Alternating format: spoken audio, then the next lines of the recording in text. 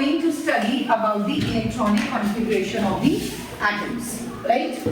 So, what is electronic configuration? That means the distribution of atoms in an element, right? So, let's take first element, that is hydrogen, right? So, what is the atomic number? What is the atomic number?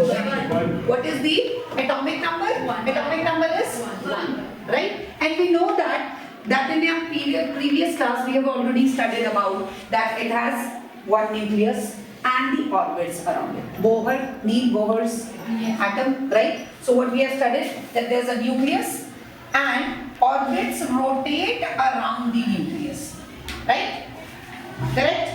This we have already done. So what we have to do is we have to arrange the electrons or the atoms in this orbit, right? So this is nucleus, correct? Right? This is an orbit, first orbit, and first orbit, the name of this orbit is K.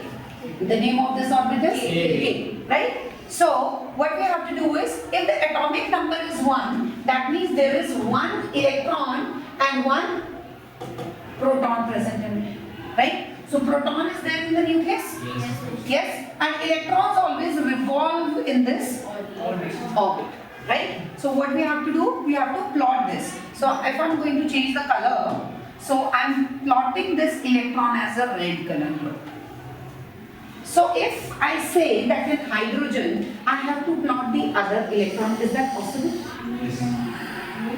Why? Is it possible? Think again. The atomic number is 1 and there is one electron and one proton. And I have plotted one electron here and one proton is already here inside the nucleus. So can I plot one more electron in hydrogen? No. Why? There is only one electron and electrons are always plotted in this orbit, right? So, if I have to move this topic, wait a second. So, let's see the 3D figure. It's already given in our video. Okay, so Neil Bohr atom you have already done, right? So this we have already done, right? So what does it say?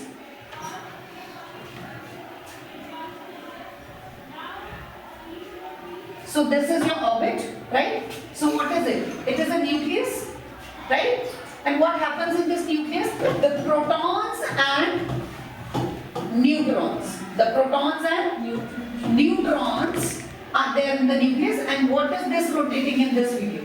This is electron. And these are the different shells. They have named it E1, E2, E3, E4 and E5, right? They have named it E3, E4, E2, E3, E4, or we can name it as K, L, M, N. Right? We can name it as K, L, M. These are the different energy shells. Right? Now, what happens? If there is one electron, we can plot one electron here. In the first shell, according to the formula that Neil Bohr has given, it is 2n square. Right? So, if there is first shell, so how many electrons we can plot in this? That is, instead of n, we can put 1. Right? So, what will be the answer if we solve this? 2 into 1, that is 2. Right? That is for the first shell. When n is equal to 2, what do we have to do? 2 square. What will we get? 2 into 4. And we can get 8. So when we talk about the first shell, this is your first shell. Right? This is your first shell. What happens in this shell? Maximum how many electrons can come here? 2. So if we talk about hydrogen, what happened in hydrogen? One proton will be here in the nucleus and one electron here on the first orbit. If we talk about helium, what happens with the helium? What happens with the helium? 2 protons. What is the atomic number of helium? 2, right? So it is 2. So that means 2 proton and 2 electron. So 2 proton will lie here Yes. and 2 electrons. That means here and here. We will go to that video also later. 2 electrons will lie here. Right? What about the beryllium?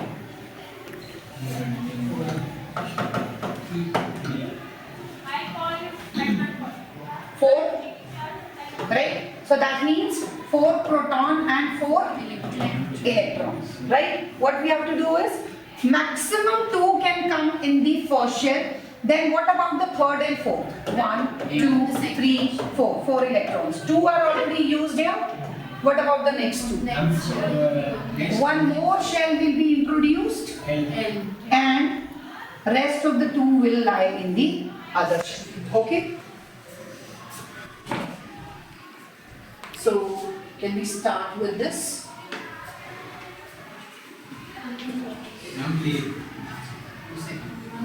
So, the lowest.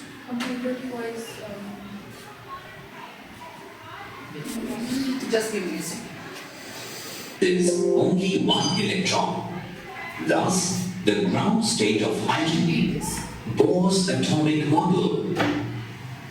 According to Bohr's atomic model, the atom possesses fixed circular orbits or levels with definite energies in which the electron revolves around the nucleus. The different energy levels are numbered as 1, 2, 3, 4, 5, and so on. And n is named as principal quantum number. The lowest possible energy state of an atom is known as its ground state. Hydrogen atom possesses only one electron. Thus, the ground state of hydrogen atom is n equal to 1 energy state. On absorbing a certain definite amount of external energy, the electron in the ground state of the hydrogen atom jumps to any of the possible higher energy states. When an electron jumps from the first energy level to the second, it is called the first excited state. When an electron jumps from the first energy level to third, it is called the electron's second excited state, and so on. All the higher energy states are called excited states. Since these excited states are unstable, the electrons have a tendency to fall back down to a lower state by emission of a photon of energy equal to the energy difference between the two levels. The angular momentum of an electron revolving.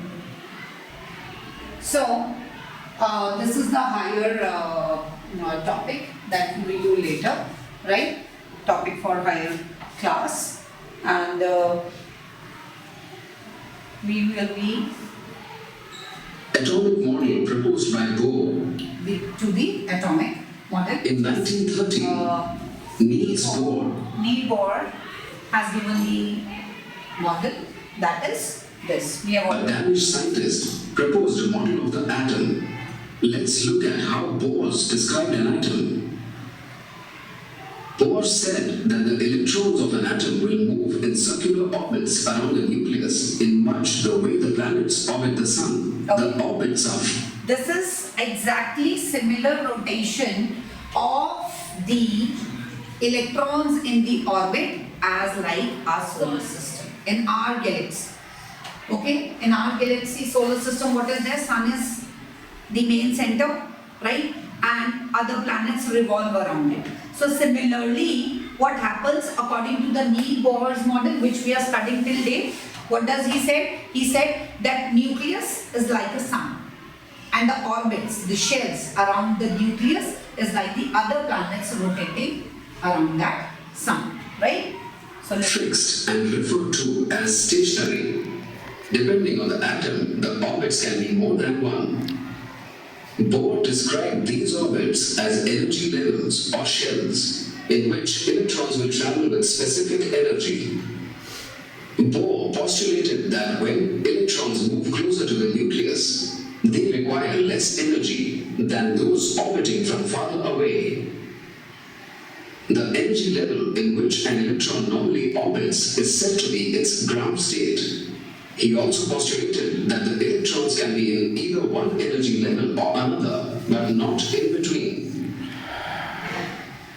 An electron can gain energy and can move to a higher level, meaning higher energy level.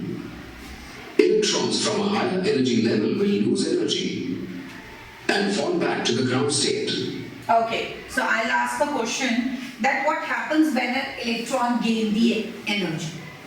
What happens? It moves to the outer shell. And what happens when the electron loses the energy? It moves back. Either it comes back, or if the electron, suppose the electron is already here. It hasn't gained the energy, but it loses the energy, what will happen? It will fall towards the inertia, right? As a means of differentiating between the energy levels, Bohr numbered them. The orbit or shell nearest to the nucleus is represented by the alphabet K, and the next distant orbit is L, and the next one is M, and so on. The orbits are also numbered 1, 2, 3, and so on, with number 1 being the K orbit, or the orbit nearest to the nucleus. Summary. According to the Bohr's theory, the electrons in an atom will move in stationary, circular orbits known as shells or energy levels. An electron can move to a higher energy level by absorbing energy. As an excited electron returns to its original ground state, it will release the energy it has absorbed. Energy levels or orbits are named K, L, M, and so on. Orbits are also numbered. One will be closest to the nucleus, while levels with higher numbers will be farther away from the nucleus. Okay, so it is very well explained in the video that the electrons revolve around in the orbit, right? So I just want to ask you that what happens when electrons do not follow this orbit? What will happen if electrons are not going to follow this orbit path? अगर ये orbit path है ही नहीं suppose, तो क्या होगा?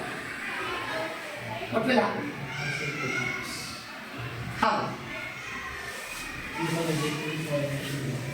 Yes. So what will happen? You must have studied in the Rutherford model that what happens if there is a nucleus and there is one electron here, right? There is no orbit to follow. What will happen? It will start revolving and it will lose energy definitely. Okay? And the time will come that it will fall into the nucleus and there will be a collision. This will happen. Right? This we have studied in Rutherford model. Right? Very well explained in the previous model. Right?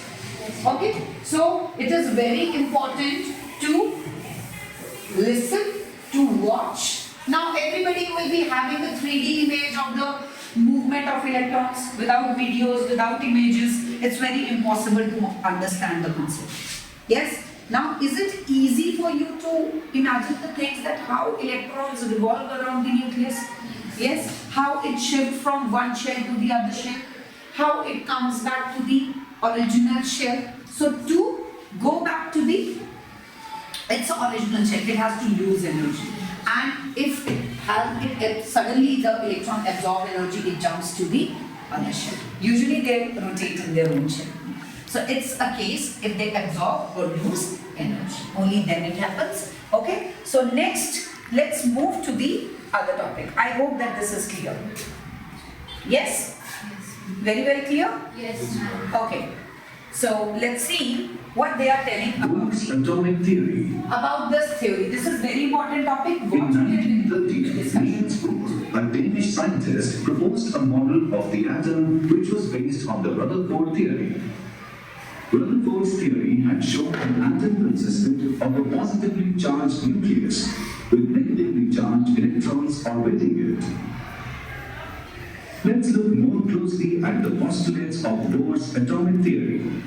According to the Bohr model, the electrons of an atom will move in circular orbits around the nucleus, in much the way the planets orbit the sun.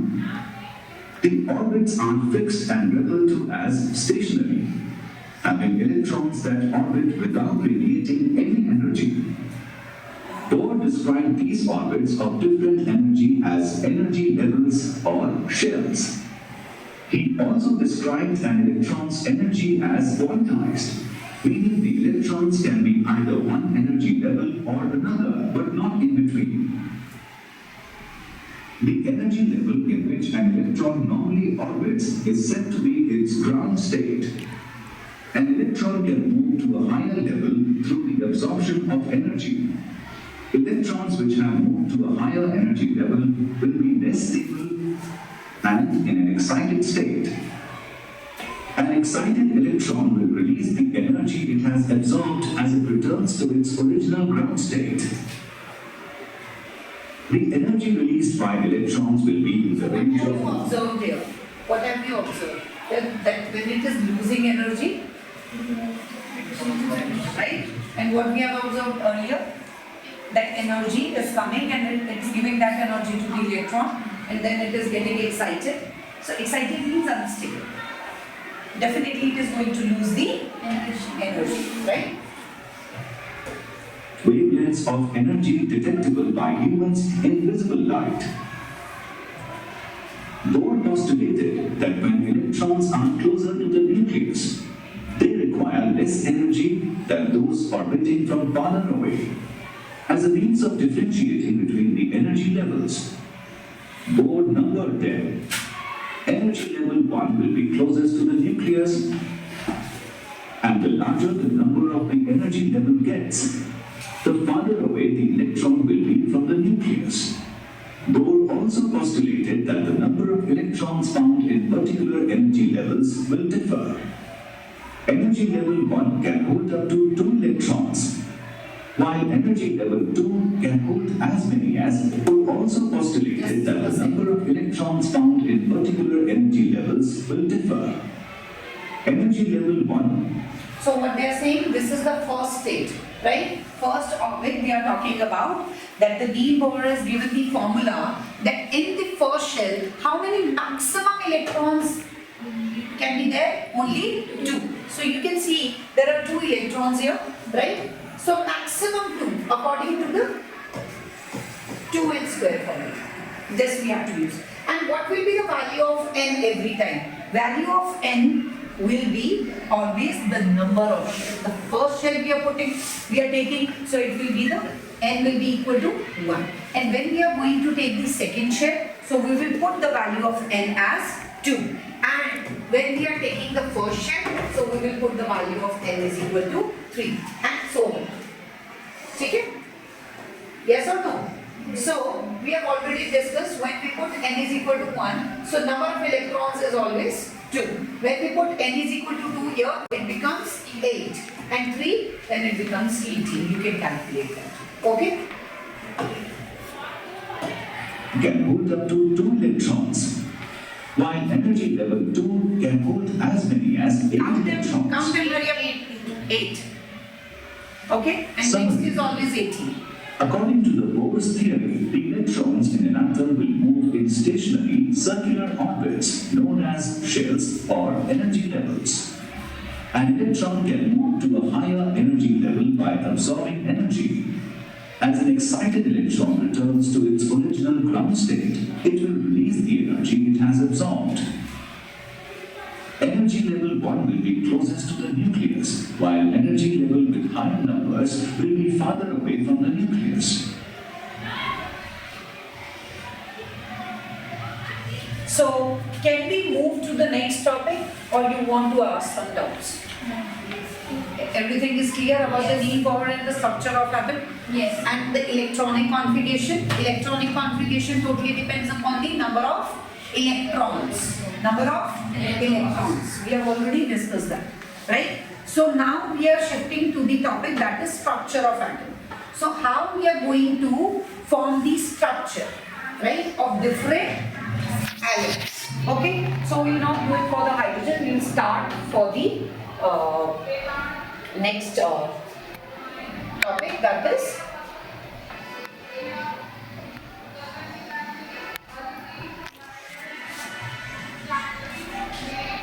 neutron distribution of electrons. Okay. So how the electrons are distributed in different elements? We will watch one video, then we do it on. We learnt that electrons revolve around the nucleus in well-defined orbits. But how are they distributed in each of these orbits? Let's find out. Each shell is numbered as 1, 2, 3, 4, and so on, or represented by the letters K, L, M, N, and so on. It's not different. Either we can say first shell, second shell, third shell, fourth shell, or we can say K means first shell, L means second shell, M means third shell, and N means fourth shell. This is obvious, right? The electrons are distributed in these different shells based on the 2n square rule, where n is the number of the shell. Yeah. Yes. Let's find out the maximum number of electrons present in each shell. The shells are filled in a stepwise manner, starting from the first orbit. Let's see a few examples. Okay. So we know that K shell they are talking about. So what is the K shell? That's the first shell. So what we are going to put instead of this? We are going to put here 1. So what is 1 square? 1 square is 1. So 2 into 1 is 2. Again, we are repeating it again and again. So here n. Instead of n, we are taking it for second shell. So what will be the value of n? 2. What is 2 square? It's 4. So 2 into 4 is 8. Right? Now, third shell. What we are going to take instead of n? 3. 3 square is 9. So 2 into 9 is 18. Right? For fourth shell, we will put value of n equals to 4.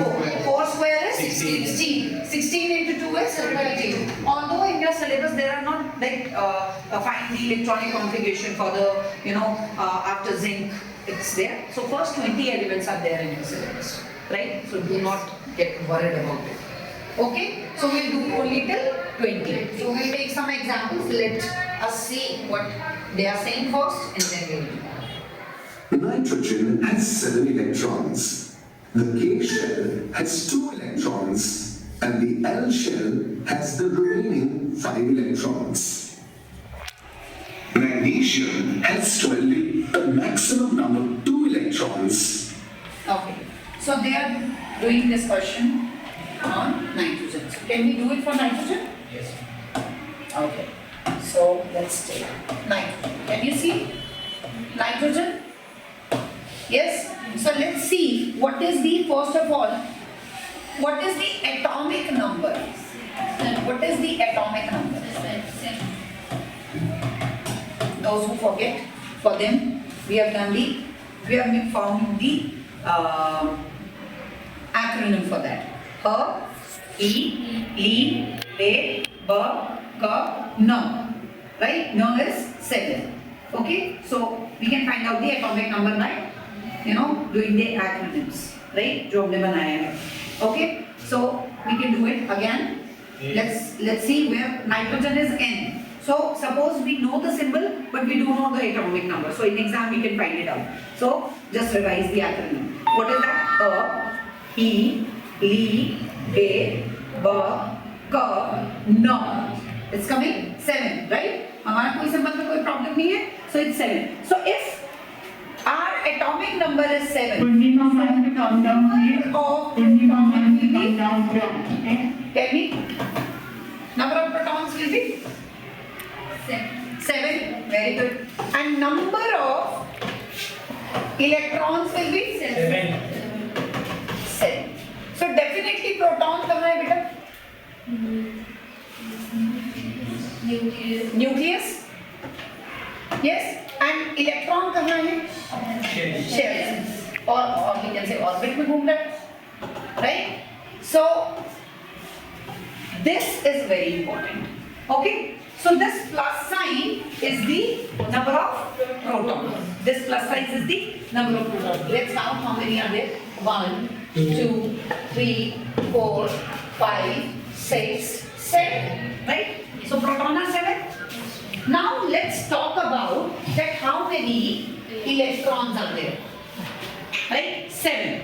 But we have studied in the earlier video, we have studied, what we have studied? That 2 and square. Correct? In the first shell, how many maximum electrons can come? Yes? 2. Right? 2. And in second shell, how many can come? 8. So let's talk about this. That in first shell, maximum 2 can occur. And how many we have? We have 7. So 7 में से बेटा 2 हमने कहाँ ले लिए first shell? So हमने plot कर दिया. कर दिया? Now 2 are here. So out of 7, we have plotted 2 in the first shell. How many are left? 5. So in the second shell, what is the maximum number? 8. So that means these 5 we can plot in the second shell. Right? So how we have done it? 1, 2, 3, 4, 5. And you can plot anywhere, but not too close to each other. Right? Because ज़्यादा नज़दीक रहेंगे, they will repel each other. Because they have the same charges, right? Negative charge होता है, तो थोड़ा सा दूर बनाना है, can be plot कर सकते. Okay. So definitely in the second shell there are 5. So इस तरह से जब हम इनको arrange करते हैं, इनको electrons को, in electrons की arrangement को, the arrangement of these electrons in the different shell is known as the electronic configuration. What is it is known as? Electronic configuration. Am I clear? So it is obvious that this is K shell and this is N. So if I ask you to write the electronic configuration of nitrogen, so you will not give me this All set. first children, please come down. All first children, please come down. You will give me this. That first shell will be having 2 electrons and second shell will be having 5 electrons. Easy? Okay. Can you give me the name of this yellow part which is here? Neutrons. They do not have any charge. So, no minus is written, no plus is written over it. They are the neutrons. So, they lie with proton inside the nucleus. Okay? Okay? And it is written also. Okay? Can we? And the L shell has the remaining 5 electrons. Magnesium has 12 electrons. Okay. The K shell has I will not give you time. So one child come to the board and do it for magnesium. I'll do the acronyms with you. Any child? Come. Smiling. Magnesium. Write down magnesium. Not just one. Okay. So first of all, to write the electronic configuration, what is important? Atomic number, very much right. So start करें. B, Li, Be, B, K, N, O, F, Ni, Na, M. So this is the second round. 12. Atomic number is 12. Right? Now you know the atomic number. That means number of protons and number of electrons will be 12. Do it. Although in exams, if electronic configuration is asked, you can directly, after writing the atomic number, you can directly fill the shells. Okay? You can draw the structure also. So 12 electrons, beta, you have to fill in the shells. करो start. कोई बात नहीं, गलत भी हो जाएगा तो. बेटा 1 by 1 पहले फर्स्ट शेल फिल करते हैं, ठीक है, फिर हम सेकंड शेल फिल करेंगे. Right? We don't know that whether 2 shells are there, 3 shells are there. So step by step we will go. Right? First shell में maximum कितने आएंगे? 2. Very good. So out of 2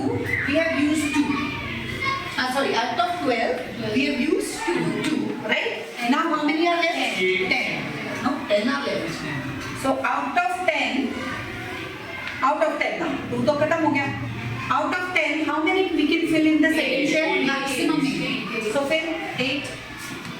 1, 2, 3, 4, 5, 6, 7, and 8. Is he right? Yes. Now 2 shells. So do we? Yes, Daksh. Do we have to introduce the third shell? Yes. Why? 2 electrons are still left. We haven't adjusted this. So according to rule, then we are going to introduce the Third shell. Introduce the third shell. Yes.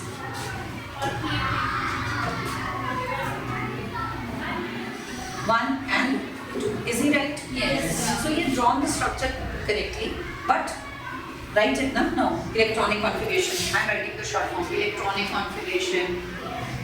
2, comma, 8 and 2. Very good.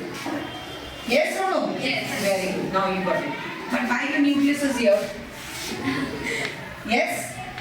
Okay. So what is there? All class children, please come down. All class children, please come down. What is there in this nucleus? Electrons are revolving around here. Like there's the objects. Protons and neutrons. Okay. Anybody else want to try? Okay. Let's do it for. You want to do it for potassium? Let's do it for chlorine. Come. Let's do it for chlorine. 1. Chlorine. Erase this and do it for chlorine. Write down the electronic configuration and give me the structure of electrons in the chlorine. Clear all, na?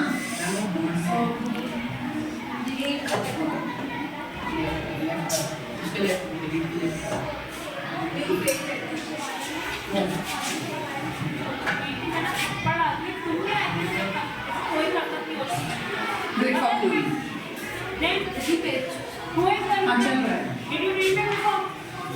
Chlorine. So first what we need? We need Sorry sir, please come down for the gate duty. Sorry sir, please come down for the gate duty. Yes, now 17. 17. Very good. 17. Draw the nucleus.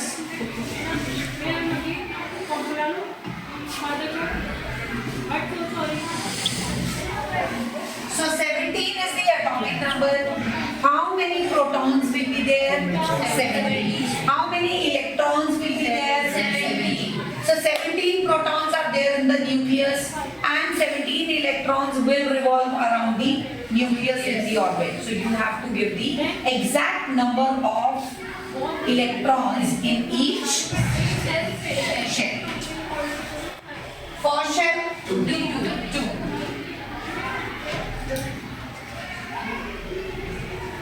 Now, nobody will give the answer, only Riddhi will tell you. Do we have to introduce the second shell, Riddhi? Yes, why?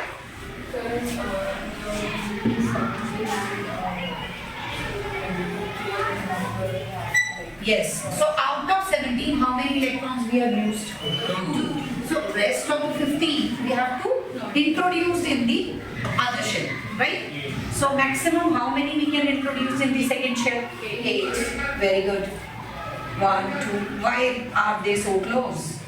3, 4. Okay. 5. And then 6, 7, and then 8. 2 are overcrowded. Let it be then. Okay. So out of 17, how many total we have used? 10. 2 in the inner shell and 8 in the outer shell. What is the total? 10. So can you write it like here? 2 and 8. 10.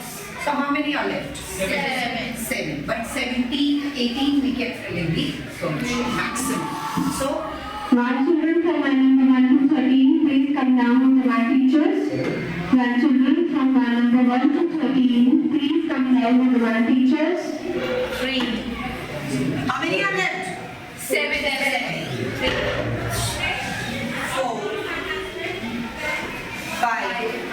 Nanika, please report at the main gate. Bus line is waiting for you. Nanika, please report at the main gate. Bus line is waiting for you. So it will be 7. So electronic configuration, what it will be?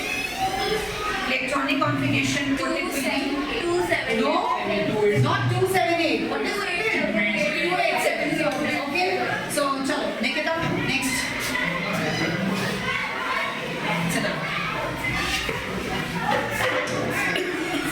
Do it for.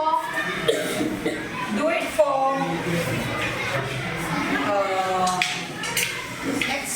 Which one you want? Sorry. Okay. Let's do it for 9. 9 with slow. Do it for. Let's wait. Okay. Okay, so we'll do it for. Helium is 2 only. Yes? Phosphorus. Let's do it for aluminium. Or you want to do it for carbon? Let's do it for carbon. Let's do it for carbon. Carbon. What is the atomic number of carbon? 6. What is the atomic number of carbon? 6. So, nucleus, obviously, right? What will be the next? For shell. Then 2. Very good. Do we have to introduce the second shell, Nikita? Yes. Introduce second shell. Yes, Hasnain. 4. Why 4, Hasnain? Because the second shell has to complete 8 shell. Maximum we can say. But we are left with in carbon. Yes, ma'am. So Only with 4. So only 4 electrons. Okay? Very good. So how will you write it in the electronic configuration form? 2, 4. Yes. And sometimes we do write it as K, L and 2, 4. So this is the correct one. Right? Yes or no? Yes. So did you get this topic now? Yes, ma'am. How to introduce the electronic configuration in the shells? How to introduce the electrons in the shell? Okay. So homework will be uploaded. We'll see you. I'll see you tomorrow.